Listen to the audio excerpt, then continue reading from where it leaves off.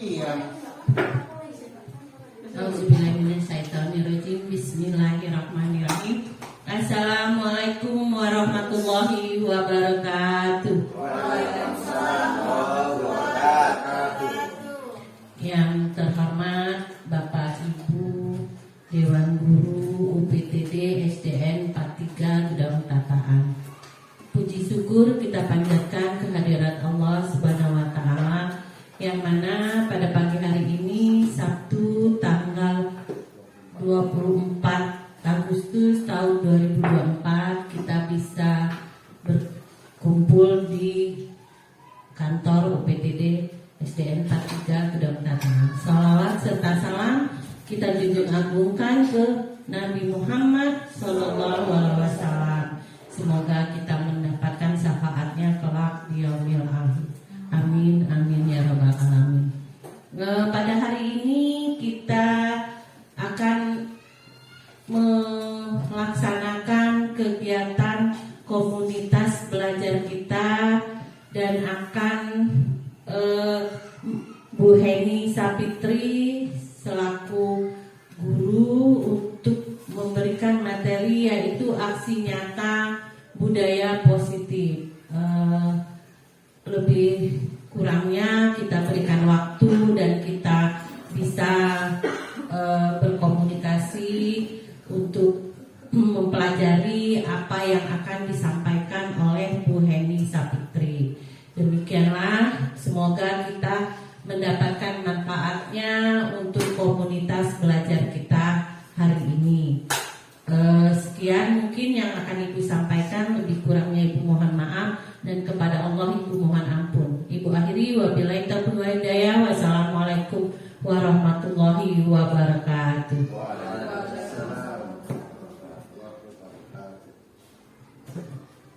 Assalamualaikum warahmatullahi wabarakatuh. Alhamdulillahirrahmanirrahim. Puji syukur kehadirat Allah Subhanahu wa taala yang telah melimpahkan nikmat sehat untuk hari ini sehingga kita dapat berkumpul bersama-sama untuk melaksanakan diseminasi disiplin positif di UPTD SDN 43 Gedong Tataan. Salawat beserta salam tak lupa kita sanjung agungkan kepada junjungan kita Nabi Muhammad Sallallahu Alaihi Wasallam. Ya, tak lupa saya ucapkan terima kasih kepada Kepala Sekolah UPTD SDN 43 Gedong Tataan, Ibu Ana Sujiatmi, yang telah menyediakan tempat dan mensupport saya, memfasilitasi segala yang saya butuhkan dalam proses pendidikan calon guru penggerak. Dan kepada Dewan Guru teman sejawat, terima kasih banyak untuk motivasinya, untuk semangatnya, sehingga saya sampai di modul 1.4.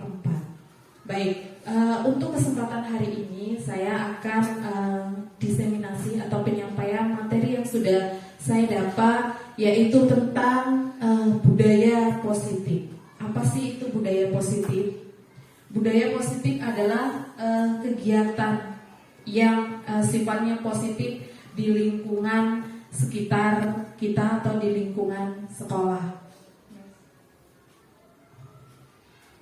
Ya, adapun bagian dari disiplin positif itu yang pertama ada perubahan paradigma belajar, kemudian disiplin positif, kemudian motivasi perilaku manusia, kemudian kebutuhan dasar manusia, posisi kontrol guru, keyakinan kelas, dan segitiga restitusi. Untuk yang pertama tujuannya, untuk kegiatan hari ini tujuannya yaitu menyampaikan diseminasi materi disiplin positif. Kemudian yang kedua, pembelajaran bagi saya calon guru penggerak menjadi pemimpin pembelajaran yang ada di sekolah dan khususnya yang ada di kelas saya. Kemudian yang pertama yaitu perubahan paradigma belajar. Kita tetap berjalan walaupun proses pembelajarannya, kurikulum kita berubah-ubah ya Bu ya. Di situ ada paradigma belajar kita juga berubah yang tentunya untuk saat ini kita belajarnya dengan kurikulum merdeka. Artinya kita memerdekakan siswa, kita memerdekakan murid dengan profil pelajar Pancasila. Yang pertama ada bertakwa kepada Tuhan Yang Maha Esa, kemudian kreatif, kemudian berpikir kritis, bergotong royong, kemudian mandiri. Jadi paradigma belajar di sini kita dituntut untuk menggunakan pola pikir filosofi Ki Hajar Dewantara dengan profil pelajar Pancasila. Seperti itu. Berikutnya yaitu disiplin positif. Disiplin positif berasal dari kata disiplina yang artinya belajar. Jadi disiplin itu juga bagian dari belajar ya Bapak Ibu.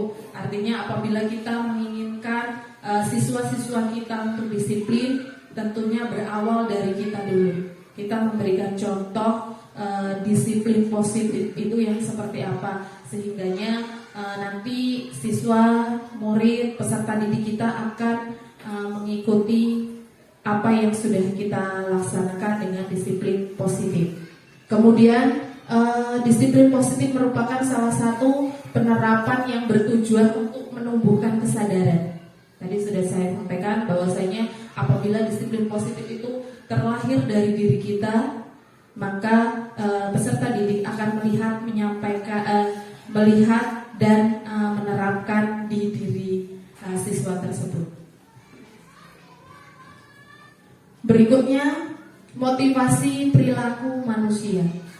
Motivasi perilaku manusia itu ada berasal dari dua, intrinsik dan ekstrinsik. Artinya yang berasal dari dalam diri kita sendiri dan dari luar diri kita, seperti itu. Untuk yang ekstrinsik, yang pertama untuk menghindari ketidaknyamanan hukuman. Jadi ketika kita tidak nyaman dengan adanya hukuman, ketika kita tidak nyaman dengan adanya sesuatu yang tidak berpihak kepada diri kita, artinya itu perilaku manusiawi ya Bapak Ibu. Kita manusiawi, kita tidak menginginkan itu dari segi luar diri kita. Kemudian yang kedua, mendapatkan imbalan penghargaan dari orang lain. Itu salah satu perilaku manusia juga. Jadi artinya apabila kita melakukan hal yang positif, kita mengharapkan penghargaan, mengharapkan imbalan. Kemudian yang dari motivasi intrinsiknya dari diri kita, dari dalam diri kita, yaitu menjadi orang yang mereka inginkan dan menghargai diri sendiri dengan nilai-nilai yang mereka percaya. Artinya dari diri kita memiliki nilai-nilai yang kita harapkan, ya. Nilai-nilai yang ada di diri kita menjadi salah satu hal yang menjadikan ciri dari kita. Jadi setiap orang itu memiliki perilakunya masing-masing ya Bu ya. Artinya dari diri kita pengen kita dihargain orang lain, itu dari diri kita ya. Kita pengen berharga di depan orang lain. Jadi itu bagian dari perilaku manusia pada umumnya. Kemudian kebutuhan dasar manusia. Kebutuhan dasar manusia adalah segala sesuatu yang kita lakukan untuk mendapatkan apa yang kita inginkan. Seluruh tindakan yang kita lakukan adalah dalam rangka agar kebutuhan dasar kita terpenuhi dengan baik. Jadi itu ya, kita sebagai manusia memiliki kebutuhan dasar. Jadi apa yang ada di diri kita yang mendasari kebutuhan kita tentunya bisa terlaksana, kemudian bisa mencukupi untuk diri kita sendiri. Ya, 5 kebutuhan dasar manusia. Yang pertama adalah kebutuhan hidup. Yang kedua, kasih sayang. Yang ketiga, penguasaan. Yang keempat, kebebasan. Yang kelima adalah kesenangan. Begitu juga dengan peserta didik, siswa-siswa kita.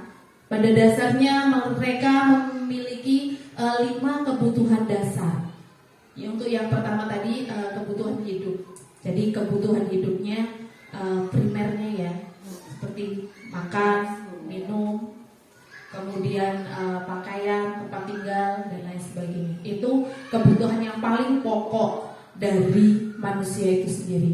Kemudian yang kedua, kasih sayang dan rasa diterima.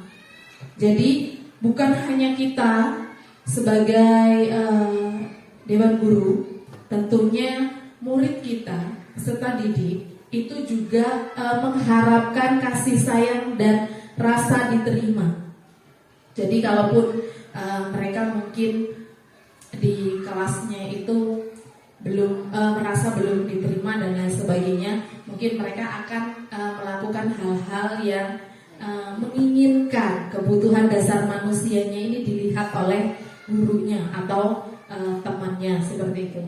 Kemudian yang ketiga, penguasaan. Jadi ada kalanya kita mungkin sebagai guru kita memiliki harga diri tersendiri. Sama juga dengan siswa ataupun murid, mereka merasa bahwa ini loh saya, seperti itu. Ada harga diri itu sebagai penjagaan dari diri kita, seperti itu ya Bapak Ibu ya. Kemudian yang keempat, kebebasan.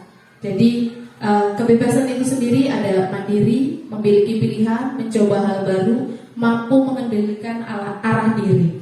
Jadi kita berharap proses pembelajaran kita juga kita melihat kebutuhan dasar manusianya, kebutuhan dasar anak-anak kita, yaitu yang keempat ini kebebasan. Artinya anak itu juga perlu menumbuhkan sifat mandirinya, kemudian memiliki pilihan.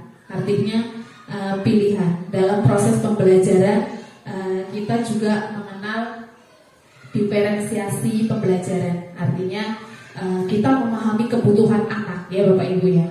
Kita memahami kebutuhan anak, apakah anak ini lebih suka gambar ataupun suka menulis, kemudian suka berhitung dan lain sebagainya. Jadi kita sebagai dewan guru kita juga harus mengetahui apa sih kebutuhan siswa, sehingganya materi apa yang kita sampaikan ke anak, materi yang kita sampaikan ke peserta didik itu bisa diterima dengan baik oleh siswa. Kemudian yang kelima, kesenangan. Mungkin di usia sekolah dasar ya Bapak Ibu, kesenangan ini lebih dominan ke bermain. Jadi mereka asik dengan bermainnya, mereka bahagia, mereka senang bersama teman-temannya daripada untuk belajar. Tapi bagaimana kita sebagai seorang guru untuk bisa mengarahkan, menuntun untuk yang lebih baik. Berikutnya adalah posisi kontrol. Jadi posisi kontrol guru di sini dari tadi yang sudah di awal yang sudah disampaikan bahwasanya kita sebagai manusia itu memiliki kebutuhan dasar. Kemudian di sini ada fungsi kontrol. Apa saja sih fungsi kontrol kita sebagai seorang guru ketika kita nanti berhadapan dengan peserta didik? Ketika nanti kita berhadapan dengan siswa kita. Yang pertama yaitu sebagai penghukum. Kemudian yang kedua membuat merasa bersalah. Ketiga sebagai teman. Keempat sebagai pemantau. Dan kelima manajer.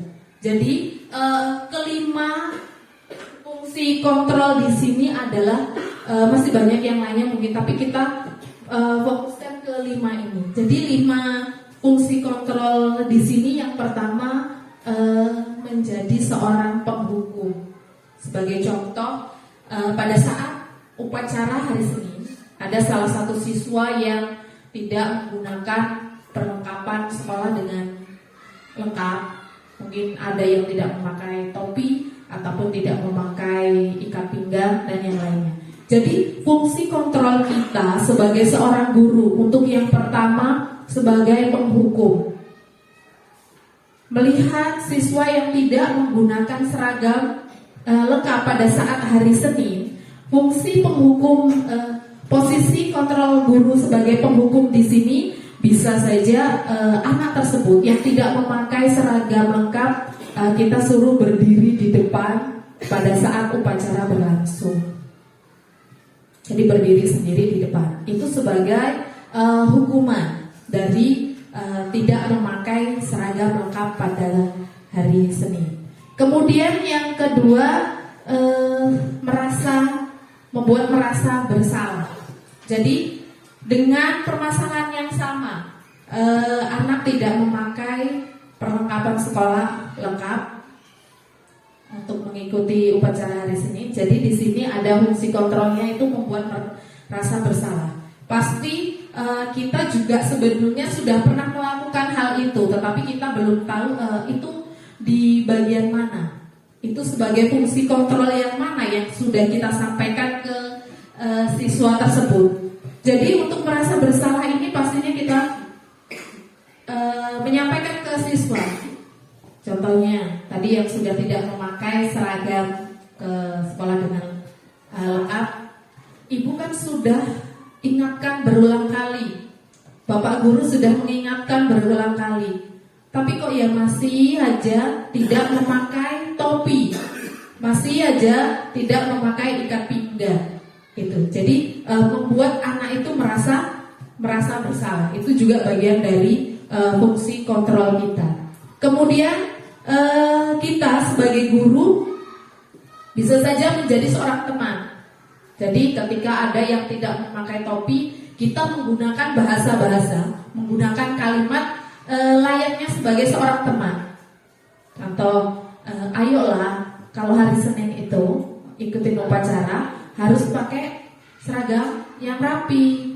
Ayolah, jangan dilanggar lagi, jangan diulang lagi tidak memakai topi, tidak memakai dasi. Jadi bahasa-bahasa itu layaknya kita itu guru dengan murid itu sebagai seorang teman. Kemudian berikutnya pemantau. Jadi kita memantau anak-anak yang tidak memakai topi, yang tidak memakai seragam lengkap. Jadi kita tegaskan, apabila kita posisinya di seorang pemantau, jadi langsung kita tekankan ke anak, kamu hari ini tidak memakai seragam, kamu tahu konsekuensinya. Jadi konsekuensinya setelah upacara kamu harus pulang ambil topi yang ketinggalan di rumah. Setelah upacara kamu harus beli topi sehingga hari ini kamu tetap menggunakan perlengkapan atribut sekolah dengan lengkap. Itu konsekuensi dari sikap kita sebagai seorang pemantau. Kemudian yang terakhir sebagai seorang manajer. Jadi kalau untuk seorang manajer ini kita diharapkan sebagai guru ini lebih bijak ya Bapak Ibu ya. Jadi ketika posisi kita sebagai seorang manajer, kemudian anak melakukan tidak mentaati atau tidak menggunakan seragam sekolah, jadi kita menggunakan bahasa-bahasa yang lebih lembut. Kita datangin anak tersebut. Kamu tahu hari ini kenapa disuruh maju ke depan? Jadi bahasanya, penyampaiannya itu lebih lembut. Ketika anak menyadari bahwasanya saya tidak menggunakan topi, kamu tahu bagaimana cara memperbaikinya biar besok hari Senin menggunakan atribut lengkap? Mungkin siswa akan menjawab, iya saya akan menggunakan topi pada saat hari Senin untuk mengikuti upacara. Seperti itu. Jadi Bapak Ibu, fungsi kontrol guru di sini beragam ya. Jadi beragam artinya kita posisikan di mana? Kita sebagai seorang guru, apakah kita itu posisinya sebagai seorang penghukum? ataukah sebagai manajer, atau sebagai pemantau, atau juga sebagai seorang teman. Artinya fungsi kontrol di sini disesuaikan dengan keadaannya seperti itu. Jadi tidak semata-mata kita harus menggunakan manajer, kita harus menggunakan fungsi kontrol penghukum, itu tidak. Tapi dengan situasi dan keadaan yang memungkinkan memposisikan kita. Jadi itu pilihannya ya Bapak Ibu ya. Ada fungsi kontrol. Jadi kita mau ditempatkan di mana? Apakah sebagai penghukum, manajer, ataupun pemantau seperti itu. Kelimanya? Iya. Boleh. Oke, kalau Pak Joko kira-kira kalau pilihan satu, tadi kan pilihannya kelimanya.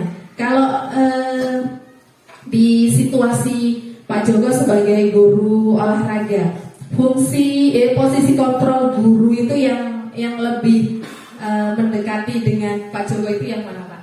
Kalau saya yang pertama Pak, di nomor 5 ya Bu ya.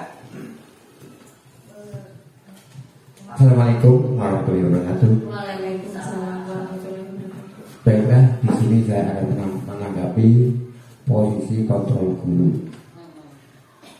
Kalau saya sebagai guru PJOK menemui permasalahan murid seperti itu, yang pertama, saya sebagai manajer dulu. Dan yang kedua, jadi kelimanya itu diacak Bu, bukan harus susunan seperti itu. Iya. Saya rasa itu.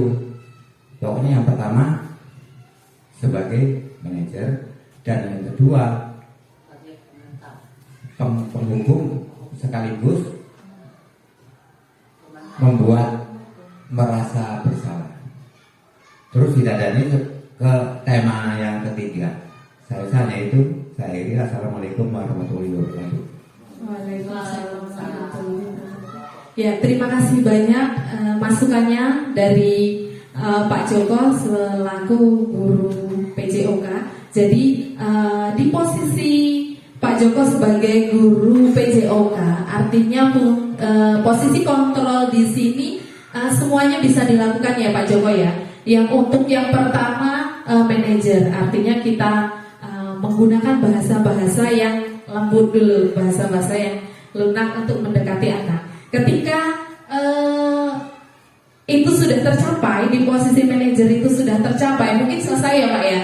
Tetapi ketika di posisi manajer itu belum tercapai, belum mencapai apa yang Pak Joko harapkan, seperti itu ya Pak ya. Jadi bisa menggunakan untuk posisi hukuman ataupun pembuat rasa bersalah, seperti itu. Terima kasih banyak untuk Pak Joko. Untuk yang lainnya ada masukan? Silakan.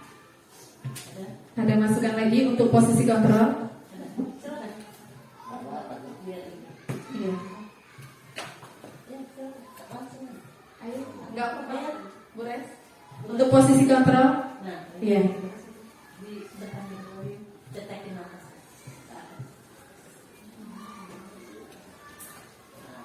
Terima kasih waktu yang telah diberikan oleh Bu Heni. Kalau saya selaku guru kelas 4, kalau di posisi kontrol guru, saya pertama memilih pemantauan. Karena kita harus lebih dulu memperhatikan anak yang tidak memakai seragam. Itu yang jelas pertamanya. Kemudian kalau misalnya dia nggak memakai seragam, kita tegur sebagai teman, sebagai teman bukan sebagai guru ya. Nah jadi saya akan menegur anak tersebut ya, sebagai teman dulu, bukan saya anggap saya guru gitu ya. Cuman itu saja yang bisa saya sampaikan. Terima kasih. Assalamualaikum warahmatullahi wabarakatuh. Waalaikumsalam. Ya, terima kasih banyak masukannya Bu Res selaku guru kelas 4. Jadi lebih ke teman. Jadi cara penyampaiannya ke anak itu lebih ke teman. Mungkin untuk keadaan atau situasi kelas 4 ini memungkinkan gurunya menjadi seorang teman. Untuk yang kembali Pak Tupono.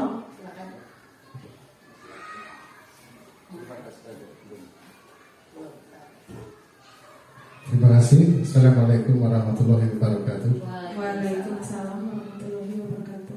Sesuai dengan paparan tentang fungsi kontrol, guru sebagai, kalau saya contoh ke pemantau, pada anak pada jam upacara tadi ya, jam upacara hari Senin ya, biasa kita lakukan setiap hari Senin. Tapi anak ada yang tidak berpakaian lengkap. Iya. Nah, fungsi pemantau di sini setelah upacara selesai, anak harus diberikan sanksi. Antara lain sanksinya salah satunya adalah pulang untuk mengambil kelengkapan yang belum lengkap. Nah, jadi di sini bagaimana seandainya anak itu rumahnya agak jauh, ya?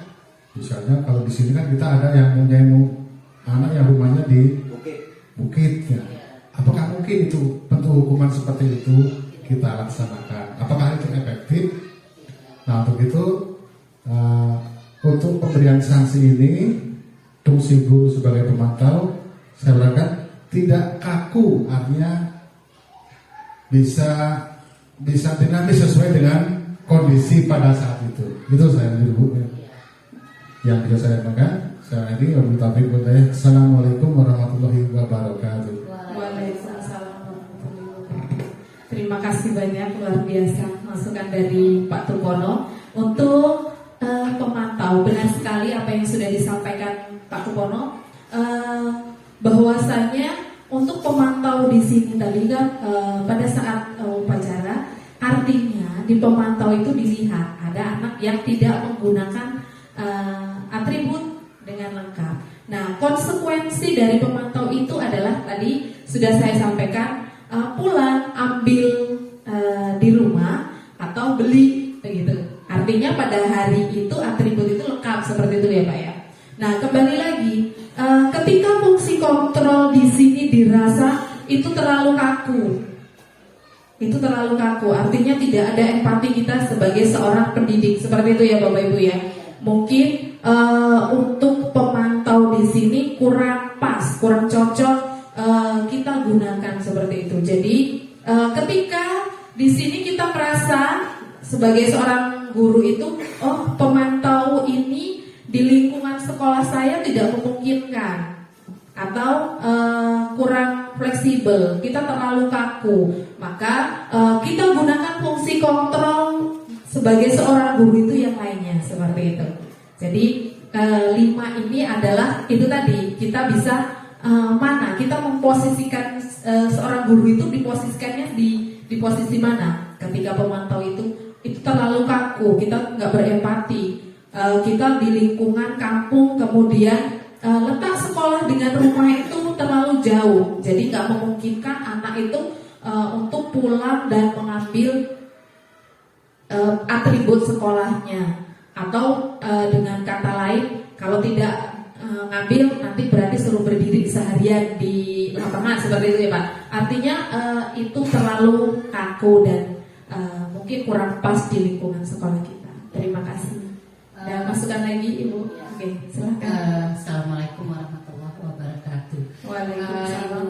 Menambahi sedikit ya, untuk posisi kontrol guru, itulah gunanya kita saling berkaitan. Artinya saling berkaitan sebagai seorang guru itu, terutama untuk manajer.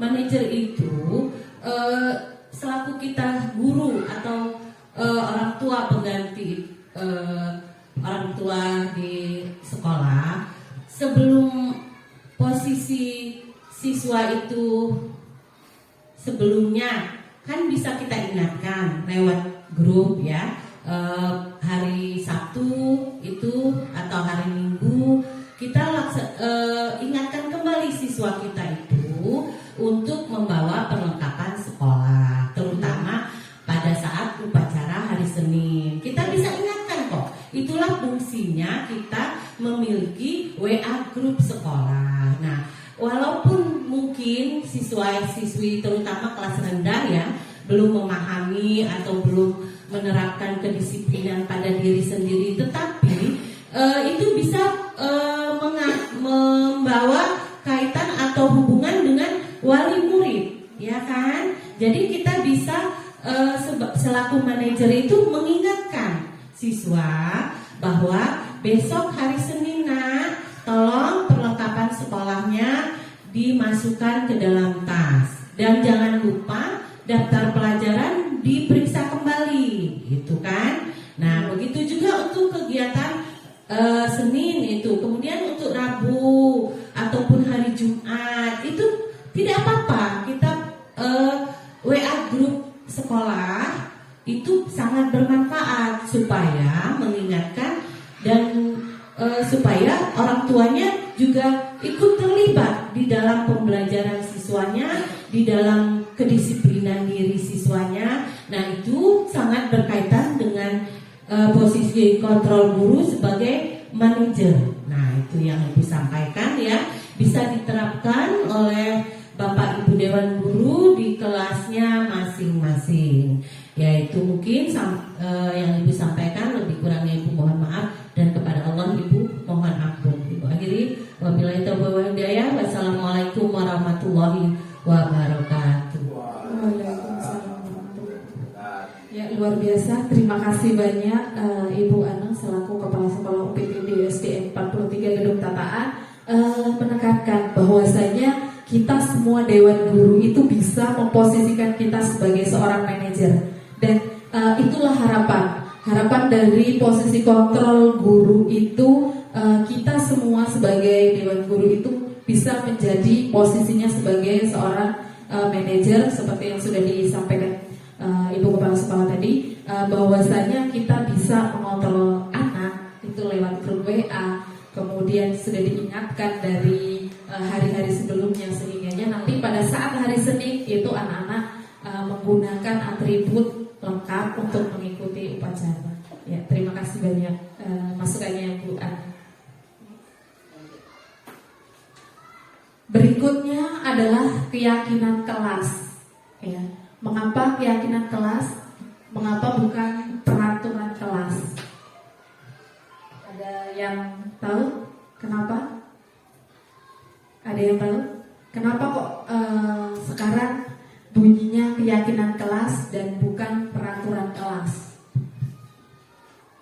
Ya, sedikit saya tekankan untuk keyakinan kelas. Kenapa bukan peraturan kelas? Jadi kalau keyakinan kelas artinya keyakinan itu kan dari diri kita, ya Bapak Ibu ya. Keyakinan itu dari diri kita. Artinya apabila kita menyampaikan keyakinan kelas di dalam kelas kita masing-masing, harapannya itu akan diyakini oleh semua anggota yang ada di kelas tersebut, bukan peraturan. Tapi kalau peraturan itu kan hanya muncul dari satu sisi, yaitu guru. Ya, jadi harus melibatkan seluruh warga kelasnya. Itu menjadi keyakinan kelas. Jadi melibatkan siswa keseluruhan. Apa sih yang diinginkan untuk keyakinan kelas? Jadi kalau peraturan itu berasal dari diri kita sebagai seorang guru, tapi kalau keyakinan kelas, kita bersama-sama meyakinkan di dalam kelas itu apa saja yang nantinya akan kita sepakati di dalam keyakinan kelas tersebut. Jadi bukan peraturan ya Bapak Ibu ya. Ya, keyakinan kelas yang kita harapkan diantaranya yaitu bersifat abstrak. Artinya bersifat abstrak itu ringkas dan jelas. Ya, jadi ringkas dan jelas. Misal saling menghormati. Jadi ringkas dan jelas. Kemudian berupa pernyataan universal. Artinya universal itu kalimat yang baik digunakan, seperti itu. Kemudian berikutnya dibuat dalam pernyataan positif. Jadi untuk membuat keyakinan kelas itu diusahakan menggunakan pernyataan-pernyataan positif, seperti saling menghargai, kemudian menjaga kebersihan, saling menghormati. Jadi tidak menggunakan kalimat-kalimat negatif. Misal tidak boleh saling membuli, tidak boleh, itu merupakan kalimat negatif. Jadi kita gunakan kalimat positif di dalam kelas ya Bapak Ibu ya. Jadi saling menghormati atau saling menghargai.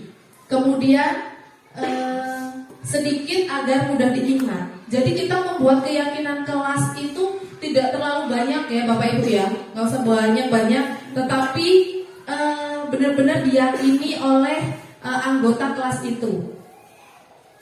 Kemudian sesuai dengan kondisi kelas sehingga mudah diterapkan. Nah, kembali lagi tadi Bu Aresnayati untuk kelas 4. Jadi kita menyesuaikan untuk kelas rendah, kelas tinggi. Jadi keyakinan apa sih yang harus kita sepakati bersama, yang harus diyakini di dalam kelas? Artinya ketika keyakinan kelas itu dibuat bareng-bareng di dalam kelas, melibatkan semua siswa, harapannya itu benar-benar diyakini dan diterapkan. Kemudian semua warga kelas dilibatkan. Jadi satu orang dengan orang yang lain itu tentunya berbeda. Apa sih keyakinan yang ingin diterapkan di dalam kelas? Jadi kita ambil secara garis besar, misal di dalam kelas itu saling menghormati, tidak membuli, kemudian tidak saling mengolok, itu kan termasuk saling menghargai itu. Jadi kita tekankan, kita yakinkan di dalam hati anak-anak, kita itu saling menghargai di lingkungan teman, kita saling menyayangi. Kemudian untuk menjaga kebersihannya, membuang sampah di tempatnya, melaksanakan piket dan lain sebagainya, itu bisa menggunakan menjaga kebersihan. Seperti itu ya Bapak Ibu ya. Kemudian di sini ada segitiga restitusi. Mungkin beberapa dari Bapak Ibu Dewan Guru sudah mengenal ya, dan sudah pernah menggunakan apa itu restitusi, apa itu segitiga restitusi. Segitiga restitusi yaitu suatu proses dialog yang dijadikan oleh guru agar dapat menghasilkan murid yang mandiri dan bertanggung jawab. Jadi menggunakan segitiga restitusi ini, harapan kita itu ngobrol, kita mendekatkan dengan siswa. Ketika siswa melanggar kesepakatan kelas, ya, ketika siswa tidak mentaati kesepakatan kelas, kita pendekatannya menggunakan segitiga restitusi. Segitiga restitusi yang pertama yaitu menstabilkan identitas. Kemudian yang kedua validasi tindakan benar salah. Kemudian yang ketiga menyampaikan keyakinan. Untuk yang pertama menstabilkan identitas, sama tadi yang sudah kita bahas sebagai fungsi control manager, artinya bahasa yang kita gunakan, penyampaian yang kita gunakan untuk berdasarkan prinsip membuat kesalahan adalah bagian dari proses pembelajaran. Ketika anak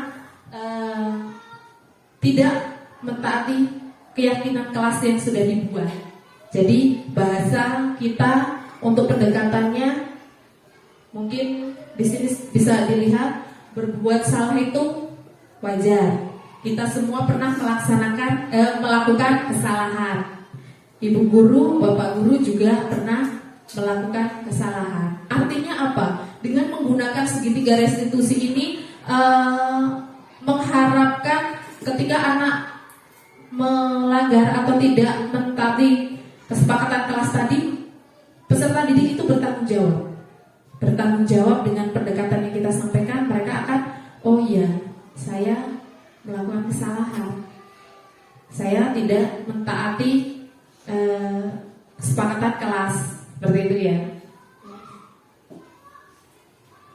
Yang berikutnya, yang kedua dari segitiga restitusi yaitu validasi tindakan. Berdasarkan prinsip setiap perilaku berupaya memenuhi suatu kebutuhan tertentu. Jadi di sini ketika kita sudah ketemu dengan siswa, ketemu dengan murid, kamu pasti punya alasan kenapa hari ini kok tidak menggunakan topi, kenapa hari ini tidak menggunakan dasi pada saat hari Senin mau upacara, gitu ya. Jadi ada pendekatan validasi tindakannya. Tindakan kita apa sih untuk menggali kenapa anak tersebut tidak menggunakan atribut lengkap pada saat hari Senin, seperti itu. Berikutnya, yang ketiga, menanyakan keyakinan.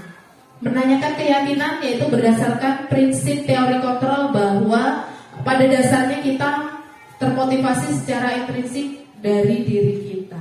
Jadi kembali lagi tadi di situ ada fungsi kontrolnya tadi ya Bapak Ibu. Jadi kita menumbuhkan keyakinan pada diri anak. Hari ini tidak memakai topi, tidak memakai atribut. Apakah besok mau diperbaiki lagi? Apakah besok mau pakai topi yang rapi, mau menggunakan ikat pinggang, dasi dan yang lainnya seperti itu. Jadi ada penguatan kontrol sehingganya timbul dari diri anak itu untuk memperbaikinya seperti itu ya Bu. Yang terakhir yaitu penutup dalam penerapan program disiplin positif sini hendaknya memiliki kepribadian yang profesional. Artinya kita sebagai seorang guru dituntut untuk memiliki kepribadian yang profesional. Artinya kita tahu di mana posisi kita, kemudian pada saat seperti apa, sehingganya apa yang kita lakukan dengan siswa, yang kita lakukan dengan murid itu tidak melebar ataupun masih tetap di jalurnya. Seperti itu ya Bapak Ibu ya. Mungkin hanya itu saja yang saya sampaikan dari disiplin positif di sini. Untuk waktunya terima kasih banyak. Kurang dan lebihnya saya mohon maaf, kepada Allah saya mohon maaf pun. Saya akhiri, wabillahi taufiq walhidayah. Wassalamualaikum warahmatullahi wabarakatuh. Waalaikumsalam. Terima kasih itu diucapkan itu.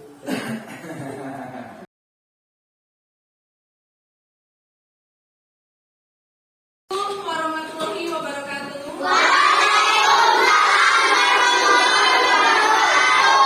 Apa kabar hari ini? Baik. Alhamdulillah baik. Hari ini kita mau membuat keyakinan kelas. Apa sih keyakinan kelas? Ada yang tahu? Apa keyakinan kelas? Sopan santun. Iya. Keyakinan kelas itu sama kayak apa ya, peraturan kelas gitu ya. Jadi keyakinan kelas adalah keyakinan yang kita yakini, yang kita sepakati bersama satu kelas ini, dan tentunya nanti akan kita laksanakan bersama-sama seperti itu ya. Jadi apa saja sih keyakinan kelas yang ada? Tadi sudah disampaikan temennya, yaitu saling menghargai, terus ada sopan santun. Iya. Jadi kita membuat keyakinan kelas, artinya keyakinan yang kita yakini, ya kita yakini dengan sadar kesepakatan yang sudah kita buat dengan keyakinan itu dan kita laksanakan. Tapi keyakinan di sini kita menggunakan kalimatnya yang positif, ya. Kalau ya kalimat positif tadi sudah beberapa yang menyampaikan ada sopan santun, kemudian saling menyayangi. Gitu. Jadi untuk yang lainnya boleh keyakinan kelas itu dengan kalimat yang positif. Kalau kita dengan teman yang lain, ada yang suka berantem, ada yang suka berantem. Berantem. Iya. Jadi kalau kemarin menuliskannya tidak boleh berantem. Jadi kita gunakan kalimat yang positif. Apa kalimat positifnya? Saling menghargai, saling menghormati, saling menyayangi. Jadi gunakan kalimat-kalimat yang positif. Kemudian tidak membuang sampah sembarangan. Berarti kalimat positifnya apa? Menjaga kebersihan. Menjaga kebersihan. Itu doang Bu. Ya, jadi menggunakan kalimat positif ya, kalimat positif. Jadi satu orang itu membuat keyakinan yang akan nanti kita sepakati. Jadi satu orang ini masing-masing menulis satu keyakinan, ya. Kemudian nanti kita tempelkan di depan, ya, keyakinan kelas 5 yang nantinya dari keseluruhan siswa ini kita pilih kita pilih berapa sih yang harus kita sepakati dari keyakinan-keyakinan kelas yang sudah kita buat tersebut. Jadi keyakinan kelas ini berlaku dan harus disepakati di kelas ini. Jelas? Ada pertanyaan? Baik, kalau tidak ada pertanyaan, Ibu bagi, jadi silakan nanti ditulis kertasnya. Ya. Aku orang ibu.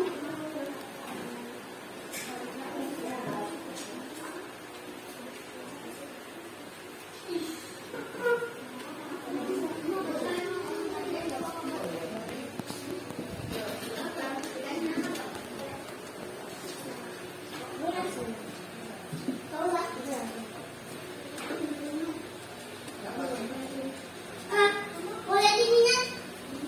Ya, Bu.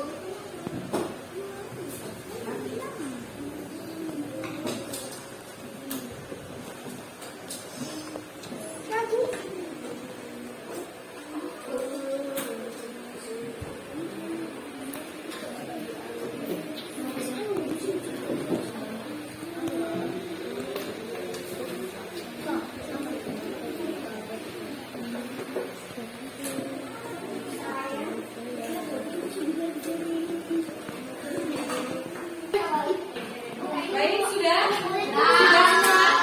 Ya. Kalau yang sudah, ingat di belakang ini kan ada lemnya ya. Ada di lemnya. Nanti silahkan ditempel di depan sini. Kita mulai dari deretan yang belah sini. Yang lain nanti. Satu-satu.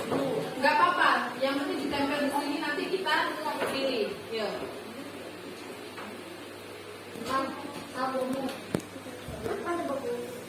Nah, yuk, lagi.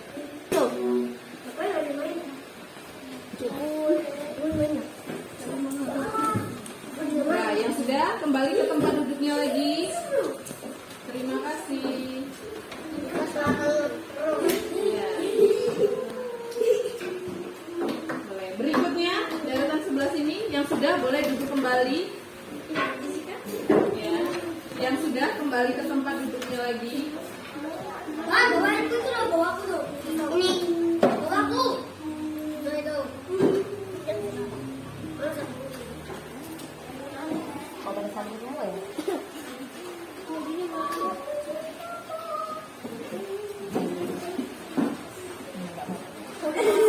Ya, nggak apa-apa. Nanti dipilih. Oke, yang sudah boleh kembali ke tempat duduknya. Silakan deretan yang sebelah sini.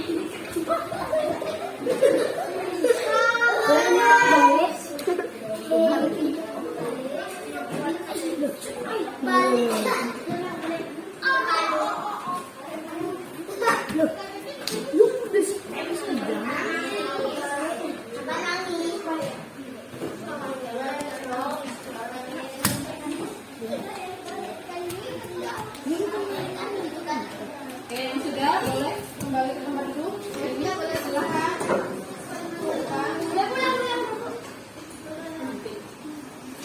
Ya, silakan ditempel.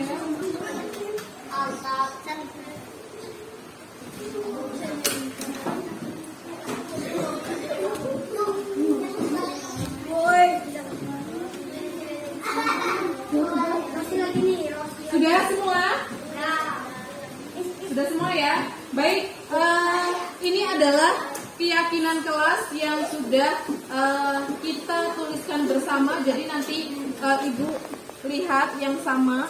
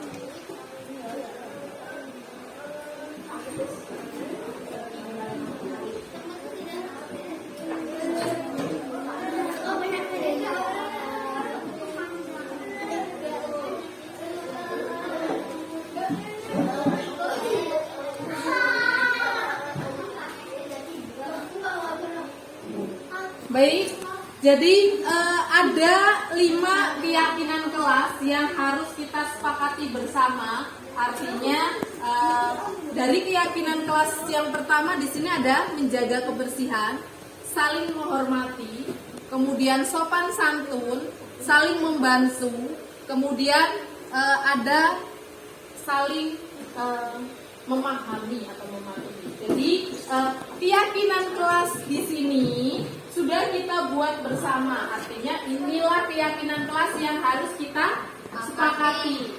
Ada yang mau menambahkan untuk keyakinan kelasnya lagi? Ada yang menambahkan? Cukup ya? Cukup. Apabila cukup, inilah ada 5 keyakinan kelas yang harus kita sepakati bersama. Baik. Untuk keyakinan kelas yang sudah kita buat, untuk kesepakatannya kita tanda tangan kesepakatan kelas bahwasanya kita sudah membuat keyakinan kelas yang akan kita sepakati bersama. Sepakat? Sepakat. Baik. Kalau sepakat silakan untuk deretan yang sebelah sini maju ke depan, tulis nama dan tanda tangan. Yuk. Tulis nama, nomor 1. Ya ini ada. Di sini tanda tangan. Ini jam.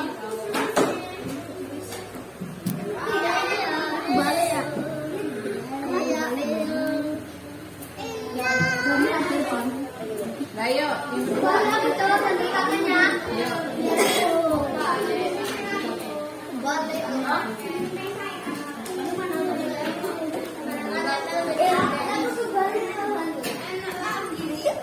Bergantian.